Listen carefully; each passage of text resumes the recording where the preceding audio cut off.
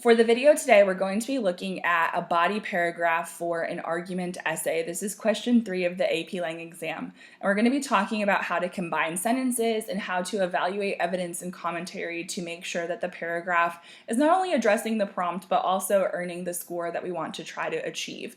And so I want to show you guys the prompt that we're going to be working with. This is a prompt that I've referenced in a few other videos. It's a prompt that I use with my own students. It's not one that was necessarily on the exam or anything like that, but it says to assert a position on Frederick Douglass's claim that if there is no struggle, there is no progress. So basically assert a position on whether or not it's true that you cannot have progress without struggle. And so you'll notice here that I've got numbers listed, and so this is in relation to the new AP Lang rubric in which students can earn a total of 6 points. So there's the thesis point, there are 4 points available for evidence and commentary, and then there's the sophistication point.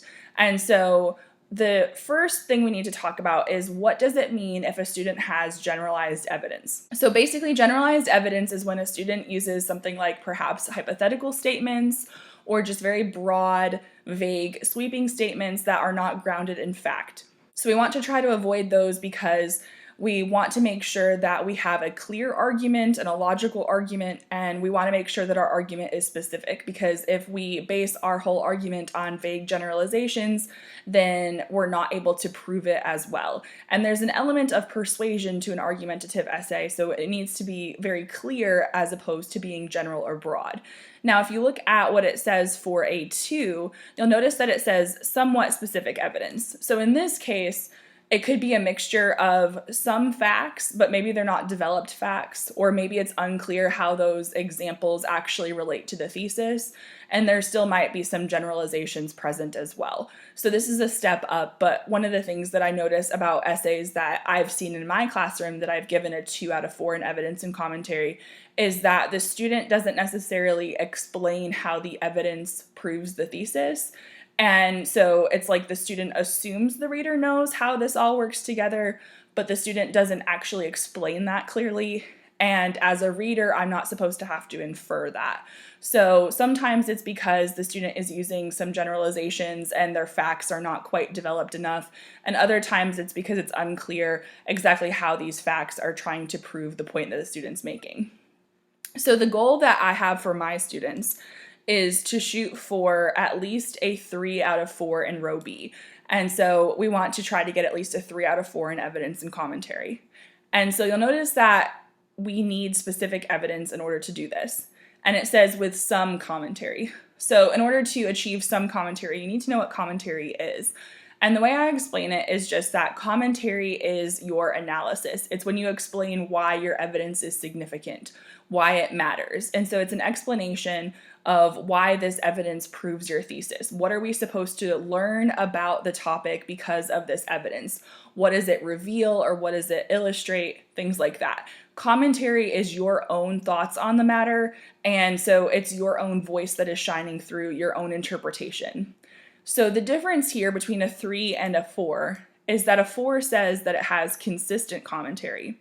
So keep in mind that when you write an essay, you're going to have multiple claims, and you're going to have evidence and commentary to support those claims. So if you're able to do that consistently, then you might be eligible for a 4 out of 4 in evidence and commentary. So to do this, we want to make sure that our commentary is developed. We don't want just a single sentence of commentary in a paragraph, because that's not enough.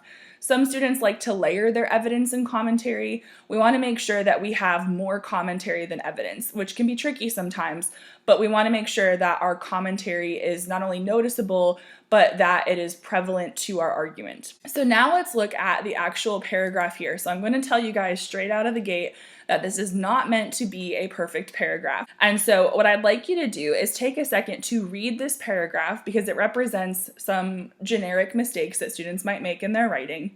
And I want you to decide whether you think this writing is indicative of a 1, a 2, a 3, or a 4. Keep in mind that on the exam, you're evaluated based on your whole essay, not just a paragraph, but sometimes it can be really helpful to look at a paragraph and decide, am I on track for the score that I want? Okay, now that you've had an opportunity to read the paragraph, I want to go through this almost sentence by sentence to just give you guys some thoughts on what I would change about this. And I want to start with this topic sentence right here. because this is a very simple topic sentence, and I see topic sentences like this quite frequently when students write an argument essay or even a synthesis essay. And it's because oftentimes, especially when students are under pressure, they don't really know how to say their idea any other way. But we want to try to avoid sentences that say something like one example is or one reason is. And so Billie Jean King is a person. She is a famous tennis player, and she's going to be our evidence. She's going to be an example of someone who has struggled for progress. So we need to think about what we're actually trying to prove here. She's an example of how social reform can happen because someone has struggled. So we want to maybe not include Billie Jean King in our topic sentence and maybe scale it back a little bit and be a bit more broad, perhaps. That might be a way to fix this topic sentence. We're going to see how I tried to fix it in the revision itself, but I would be a little bit mindful of topic sentences like this just because I think they're a bit simple. So I highlighted it in yellow because that would be something that I would want to address upon revision.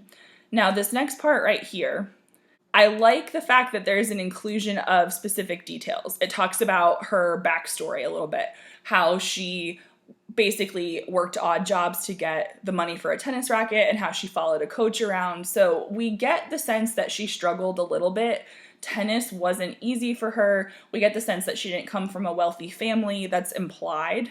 But at the same time, if we're going to be talking about gender equality as the struggle, then these might be specific details that we don't really need. So sometimes you have to scale back and realize that you might know more about your topic than what you actually need to include in your essay. So even though these are specific details, I'm going to highlight them in orange because I think these could be omitted. So they do prove struggle in some sense, but it's not the struggle that we're necessarily going to be talking about in this paragraph. So we need to focus our attention on the struggle of gender equality as opposed to her personal struggles.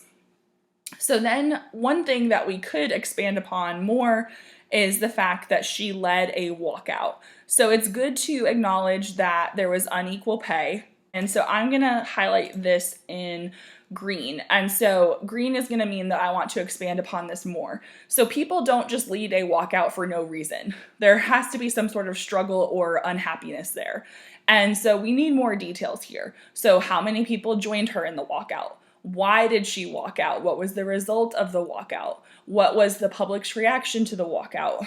So we don't necessarily have to answer all of those questions, but the walkout seems like it could be relevant to the struggle for gender equality if that's why she led a walkout. So we need a little bit more detail there. That would be more useful, perhaps, than talking about how she earned money for a tennis racket. So now we get a little bit of context as far as like how the public viewed things. So it says those opposed to offering female tennis players equal tournament winnings claimed that. And so this kind of gives us a sense of how society viewed it. And then we get this reference to the fact that another female tennis player, so not Billie Jean King, played Bobby Riggs. And so this is a bit general here because we don't have her name, but I want to be very honest with you guys. Sometimes you might forget a person's name, and if it's not the major person that you're talking about, like if you couldn't remember Billie Jean King, that would be very problematic for this paragraph. But this particular person, while she is important, it might not be important to the essay itself. So I would say that while this is a bit general, it's okay to not include her exact name here. Now, this part I'm going to highlight in yellow because these sentences could be combined. And one thing to talk about is why we combine sentences. And one of the reasons is that you want your essay to flow well. And oftentimes when students are writing, especially if they're thinking and they're stressed, they tend to write simple sentences. And sometimes students write multiple simple sentences and it gets really choppy. It reads kind of like a list instead of an actual well-flowing paragraph. And so one way to make it flow better is to vary your syntax, which means to change the sentence structure. So maybe adding in some dependent clauses, combining sentences, that way everything is a different length. And so here, it would help if we combine these sentences so we could talk about how Bobby Riggs, it says he was in his 50s. Well, we could combine that detail with the fact that he was a male tennis player. Instead of saying, but he still won, we could maybe say that the female lost, and that might help us combine those two sentences effectively. So I'm going to leave those highlighted in yellow because I think those two sentences deserve some attention. Then it says Billie Jean King agreed to play him. Sometimes short sentences can be very impactful, so I don't think we necessarily need to change that one right now, but as we revise, we might decide to combine it with something else. And so if we scroll down a little bit, you can see that here there are two more sentences that I think could be combined very easily, and that would show a little bit more control of the writing. So we've got the name of the tennis match, and we've also got the fact that it was the most televised tennis match of all time. So these two sentences could be combined quite easily as well. And then we have the fact that her victory secured equal pay for female tennis players. So that is a reference to progress. And it says, while this progress was certainly not without struggle, it was not universal. Okay, so that's starting to lead into some commentary, or it sounds like it might be, but then we switch topics and we start talking about soccer. And so one thing that I would say is that we haven't really explored the struggle as much as we might need to. So we are going to highlight this in green because I think we could just add a couple more words here to explain what the struggle is.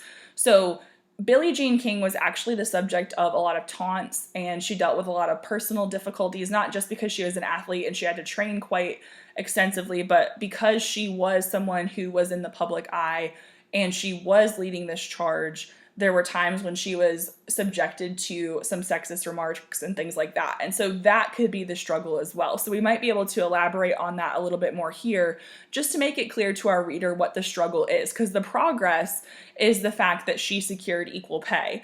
But I think we want to make it very clear that it wasn't easy for her to do this. It wasn't just, oh, she won a tennis match and then everything was magical. There was actually a lot of work that went into not only leading up to this tennis match, but just the social construct of the time trying to fight for this equality. And if you take it outside of the realm of tennis, this was in the early 70s, which was around the time that Title IX was passed, which is basically the law that has equal sports in high schools. And you could also look at perhaps other examples, maybe like Ruth Bader Ginsburg or something, some other examples from the time. If you didn't want to switch to soccer, you might look at other people in the same time period who were working for equality if you wanted to look at it in that front. So here's how it impacted sports, but here's how it impacted a different front. So I chose to switch to soccer, but I wanted to do this because I wanted to show you guys that sometimes when students try to layer evidence and commentary, they don't create even layers. And so I like the idea of having two different layers in your paragraph, but you'll notice that we don't have very much about soccer here. We've got another really simple sentence that says, one example is the women's national soccer team. So again, that's the sentence structure that we want to try to avoid. And it talks about how they've won more titles than the men, but they're paid less. So that is sort of referencing their struggle, but we don't have any specific details here. I would say that this portion right here, if I were to just evaluate these couple sentences, I would say it's only somewhat specific because we're talking about a particular team, but we don't really know very much about this. This doesn't really show that I know what I'm actually talking about based on the phrasing. So this is a bit too general. It would need to be more specific. So that's something that I would want to address as I move forward. And so I'm actually going to highlight this part in green to say that I want to expand upon that because this is my commentary. So anytime that you see words like reveals, illustrates, highlights, it's not guaranteed that it's commentary, but it usually is. And so that's a way to basically drive your commentary forward, is ask yourself, okay, what does this tell us? What does this reveal about society? In this case, what does it reveal about struggle and progress? And so I would like to see this last part be developed more because we have a lot of evidence about Billie Jean King. We have a little tiny reference to the women's national soccer team, but then we end with some commentary. And so there's a lot of buildup with not as much payoff. So in terms of how I would score this, and I'm going to speak about it in terms of my classroom, not necessarily the exam, because this is only a paragraph, it's not a full essay. I would say that this does have specific evidence with some commentary. Has a little tiny bit of commentary right here, and maybe a couple other sentences throughout could be potentially commentary. I would not give this a 4 out of 4, but I think this would be, at least in my classroom, a very low 3. And so now I want to show you guys how we could actually improve upon this. And so the revision is much longer, and I'm not going to say that the revision is perfect either, but I do think it's better. So let's look at the topic sentence.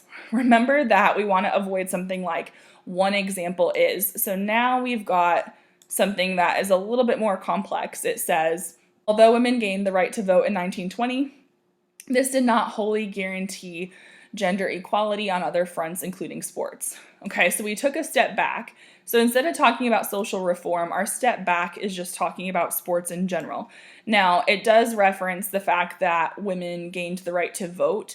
And so this is showing us that if it is the first body paragraph, hey, women were equal on some fronts, but not all fronts. Now, if this was the second body paragraph and the previous body paragraph had spoken about women's suffrage or women's rights in the 1920s or before that, then this would be a logical bridge between the two paragraphs as well. So whether it's your first body paragraph or your second body paragraph, you want to make sure that your topic sentences create a line of reasoning. So we want to make sure that our topic sentences are a way to connect our ideas. Now we have this reference to in 1970, so that's a helpful addition because that gives us some context of when Billie Jean King was active in terms of tennis, and so it tells us that it's not a recent thing, but rather that it was happening in the 70s. And so now we have this reference to the walkout. And so remember, we had highlighted that in green because we wanted to give more information. So here's the extra info that we included, forming the Women's Tennis Association. It also says that it was Billie Jean King and 8 other female tennis players. So that tells us that she struggled and led a walkout. Now, I do think we could be a bit more clear about the struggle, but at the same time, we don't want to be too heavy-handed. So I do like this sentence better than the first version of it. This next part is mostly the same, but I do want to show you guys how we combined sentences. So notice that instead of putting it in 2 sentences, it's now 1 sentence. In an attempt to disprove these claims, another female tennis player competed against Bobby Riggs, a male tennis player in his 50s, and lost. Okay, so one thing that you can do to include information and make it 1 sentence is to use a positive phrase or a non-restrictive clause. So basically this information right here, which is between those commas, this is just extra info to tell us who Bobby Riggs is.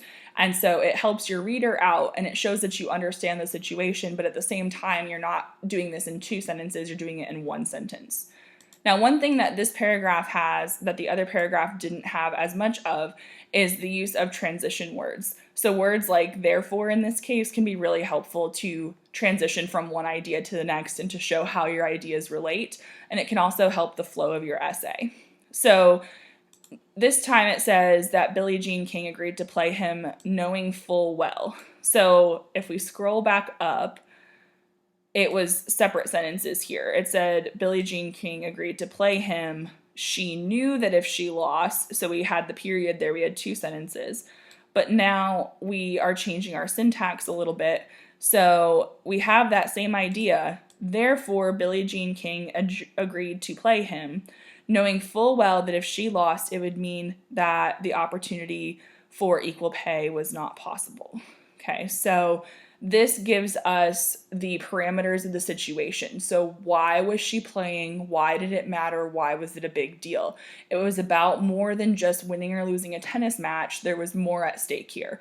If she was the #1 player in the world, which she was, which might be a good detail to add, and she lost, then it would basically solidify people's ideas of, yes, men are better and therefore women should be paid less. So actually what I just said there might need to be included in the essay as well, just to really develop this idea of struggle and progress. Now this next sentence is one that we talked about combining as well. So in the previous paragraph, this was 2 sentences and now it's in 1 sentence. And again, we just have these little phrases set up in between commas to help improve the flow.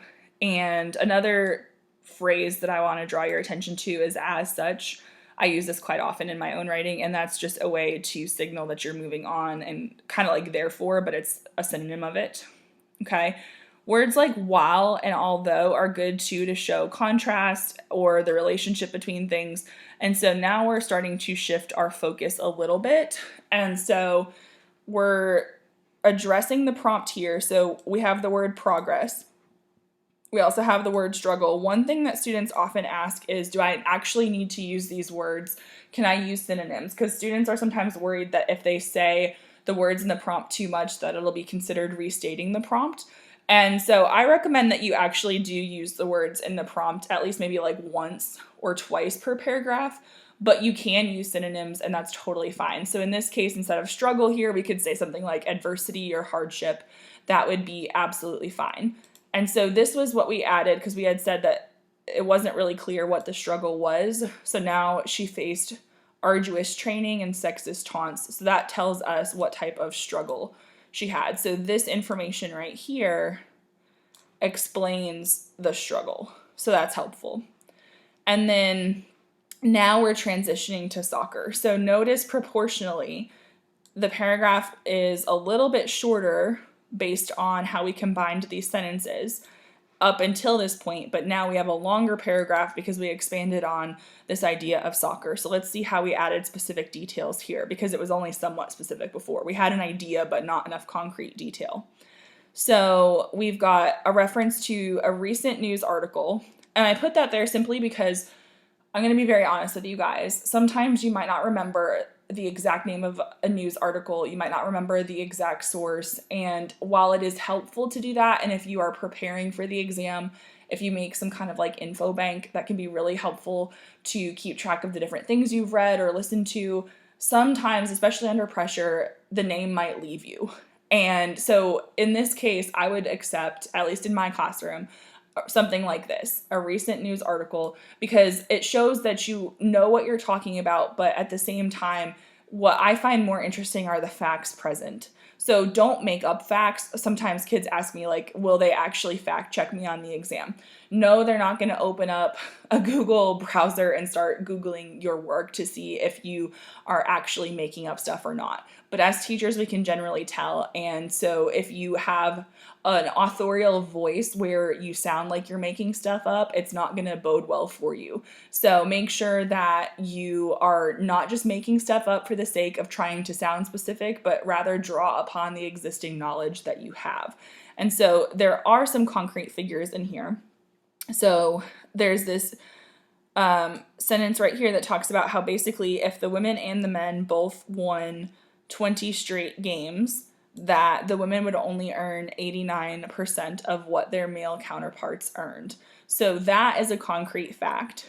And then we've got the start of essentially a concession and refutation. So you see the word yes. So a concession is when you acknowledge the merit of the other side. And so the reason why this can help students in their essay is not only does it help you develop your argument, but it helps you show that you've thought about other positions. And so if you have considered other positions and then you assert your own, it shows that you are willing to look at the issue in a more holistic way. And it also shows that you're willing to consider other points of view. So it comes across sometimes as like less narrow-minded, perhaps, or less biased. That's not to say that if you don't include one that we automatically assume that it's a biased essay or anything like that, but it shows a little bit more maturity sometimes if you use a concession and refutation to demonstrate that you have considered other points of view. However, they're incorrect and here's your position.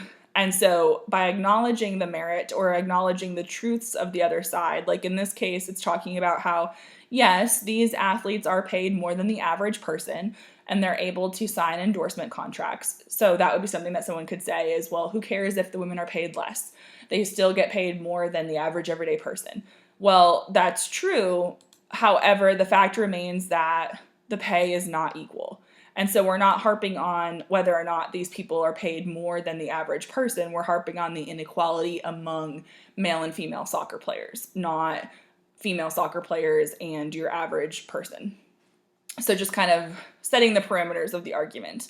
And then here we've got another transition of some sort. So despite the fact that, Billie Jean King made progress, so what I like about this is that we're referencing Billie Jean King again. So we're creating this line of reasoning. So it doesn't seem like it's such a drastic shift because even though we've moved on to soccer, we're still connecting it to Billie Jean King. So it's showing, okay, wait a minute. Here's the relationship between these two examples. It's 50 years later, and yet she made progress. However, there are still those that claim that female athletes are not as skilled. So the same arguments that Billie Jean King heard when she was playing tennis are some of the same arguments that people hear nowadays based on their view of women's sports. And so we've got a line of reasoning there. We've also got another transition word. We've got therefore and also however. So those can be very helpful in improving your flow. And then we've got the fact that the women's team has won more World Cup titles and Olympic medals. So basically just saying that, like, okay, wait a minute. If people are going to say that women are less skilled than men, well, what about the fact that these women have won more titles? They're clearly not less skilled. They dominate their field. And so that could be addressing the claim that, you know what, women are not as good. They don't make as much money in their sports, things like that. They don't generate as much revenue, because that is true to an extent. But at the same time, it doesn't mean that these athletes aren't skilled. And then we've got another transition word here, lastly, which might not be as sophisticated, but it still works. And so another one that I want to call your attention to is this phrase, but in actuality. So that's asserting that here's the truth, here's what I want to say. And we've got the word represents, which can be a way to suggest that some commentary is coming. And then we've got this one right here, when considering the struggle for equal pay. And then we've got a reference to both Billie Jean King and the women's national team. So I have seen students use this sentence frame for concluding sentences or the actual conclusion paragraph, but it can go anywhere as long as it makes sense. And so this is creating a line of reasoning because we're referring back to the two examples that we're talking about. So this is starting to lead into some commentary. So when you consider the struggle, it becomes clear that you can't achieve progress without struggle. Okay, and you could rephrase this too. You could say something like, it becomes evident that, or it remains clear that. I try to get my students not to use the word is, so becomes or remains are usually two very popular verbs. Also, a little qualifier here, not all struggle guarantees universal progress. So just because there was some progress, it doesn't mean that there was progress on all fronts. That might seem like an obvious statement, but at the same time, it's true. And so then we reference Billie Jean King again, and we've got some commentary here. So it says that it reveals the importance of not only fighting for yourself, but for others. So reveal is one verb that can indicate commentary. And then we got a little bit higher level word here, the plight of the women's national soccer team demonstrates. So again, demonstrates can be a word that leads to commentary as well. And then we layered it here. So to vary our syntax a little bit, we have another word that sometimes indicates commentary, which is suggesting. So notice that we added a dependent clause at the end of this sentence, that it comes in phases. Okay, so looking at this paragraph, you'll notice that obviously, yes, it was a lot longer. And I'm not going to sit here and tell you that it was perfect, but here's what this paragraph did that the previous paragraph did not. It had a more elevated topic sentence. It had more specific details that were relevant to the prompt. It had more commentary. It added a concession and refutation, and it also created a stronger line of reasoning because of the references to how the two examples related to each other. So now that you've seen this paragraph, I'd like you guys to leave me a comment below and let me know, do you think this second paragraph earned a higher score than what you gave the first paragraph? So tell me, what did you score the first paragraph out of 1 through 4? And then what would you give this paragraph out of 1 through 4? Okay, so keep in mind that on the exam, you've only got 40-ish minutes to write, and you need to plan out your essay as well. So this looks like a really long paragraph. If you wrote something like this long, honestly, you would probably only have 2 body paragraphs. Could you split this up into 2 separate paragraphs? Yes, you could if you needed to. But I want you guys to see what it looks like typed, because sometimes I think students, especially when they handwrite things, they think that they've written quite a lot. And depending on how your handwriting looks, you might not have written as much as you think. So keep in mind that we want to really develop our ideas, and sometimes if it's handwritten, it can be misleading. So this is a revision of that first paragraph. And I do think in my classroom, this would be maybe like a low 4. I think this would earn higher than a 3 out of 4 in my classroom. But again, that's my classroom. That's not necessarily for the exam, just because this is not the full essay. So writing a single paragraph can help. So if you are working to prepare for the exam and you want to do an exercise like this where you just write a paragraph like this one and then you revise it, that can be really helpful. I have my students do that as well. So that's just a little tip there, that you don't constantly have to write essays to get better. You can sometimes work on the paragraph level, because if you can write a strong paragraph and you can repeat that, then eventually you have an essay. So hopefully this video was helpful to you guys as far as understanding some tips for writing a body paragraph. And if it was, and you think other students would benefit from the video, then please give it a thumbs up. And don't forget to subscribe and turn on your notifications, because I will be filming more videos like this, not only during this distant learning time because of COVID-19, but also in preparation for the AP Lang exam. So until next time, guys, happy writing!